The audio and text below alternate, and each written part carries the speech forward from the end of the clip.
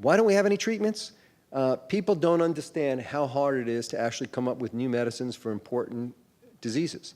So there's thousands of major academic centers worldwide, from Columbia, Harvard, Stanford, all over the world. Thousands of biotech companies, just in the United States, 5,000 to 10,000 biotech companies, okay? Millions of researchers in the healthcare space trying to come up with cures for diseases. Just the biopharma industry in the United States or worldwide spends more than $200 billion in R&D a year, okay? With all that, how many new medicines are approved every year by the FDA? 20 to 40 new medicines every year.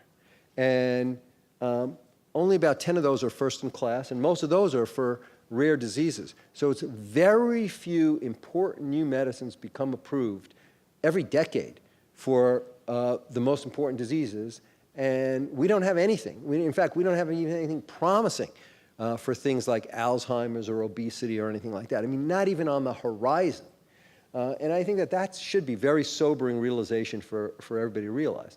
And part of the problem is that there's very few companies that have the ability to go all the way from an idea to an approved drug even once.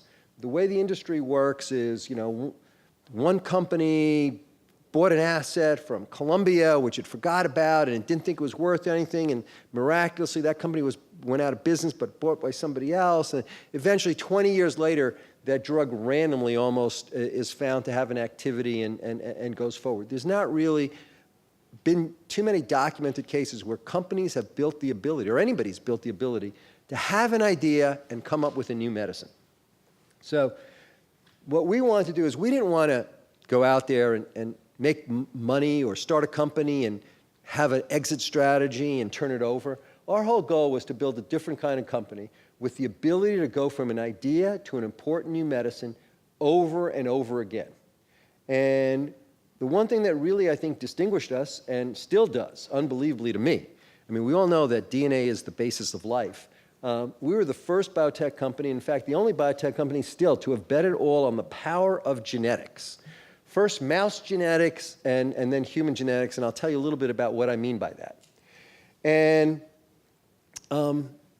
after about 20 years, where a lot of people thought we weren't doing much, and I'll tell you we actually were doing quite a bit, the last 10 years have brought, by many measures, unprecedented success. We have more than 10 times the historic industry success rates coming out of our own labs. We have 6 FDA-approved medicines, many of them for important unmet diseases, as I'll tell you a few of those stories. We have dozens more in clinical trials. And the unusual thing that no other company can say, they all come from our own labs, in many cases with key collaborations with major academic centers like Columbia and Harvard and others. But they all involve our own foundational technologies.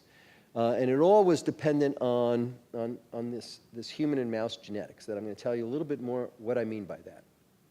So after 30 years, we are the only major biopharma company that was started and still run by scientists. I think that's an argument that more companies should be started and run by scientists and not by business people.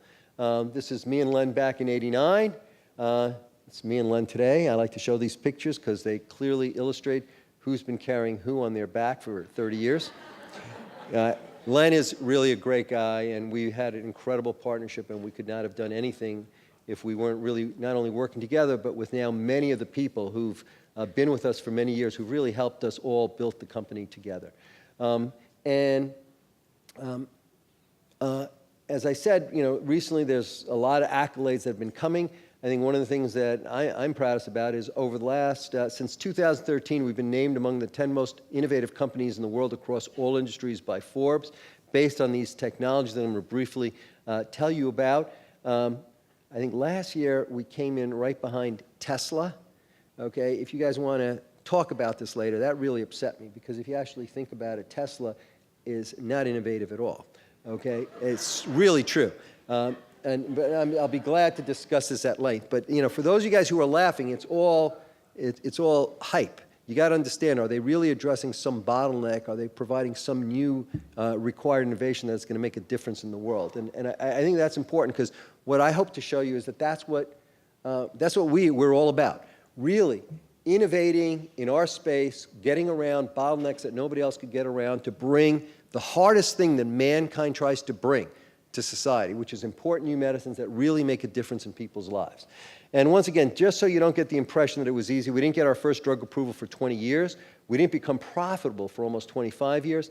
Up until then, financial analysts used to mock us as the definitive examples of scientists not knowing how to run a business. As Len said, we then became an overnight success after 20 years of perceived failures. Okay? And now everybody says we're the greatest and we're the model and we have the most productive and exciting pipeline. But I think it's what we spent doing in those 20 years which were the most important things, how we built this company and how we really revolutionized the drug discovery and development process.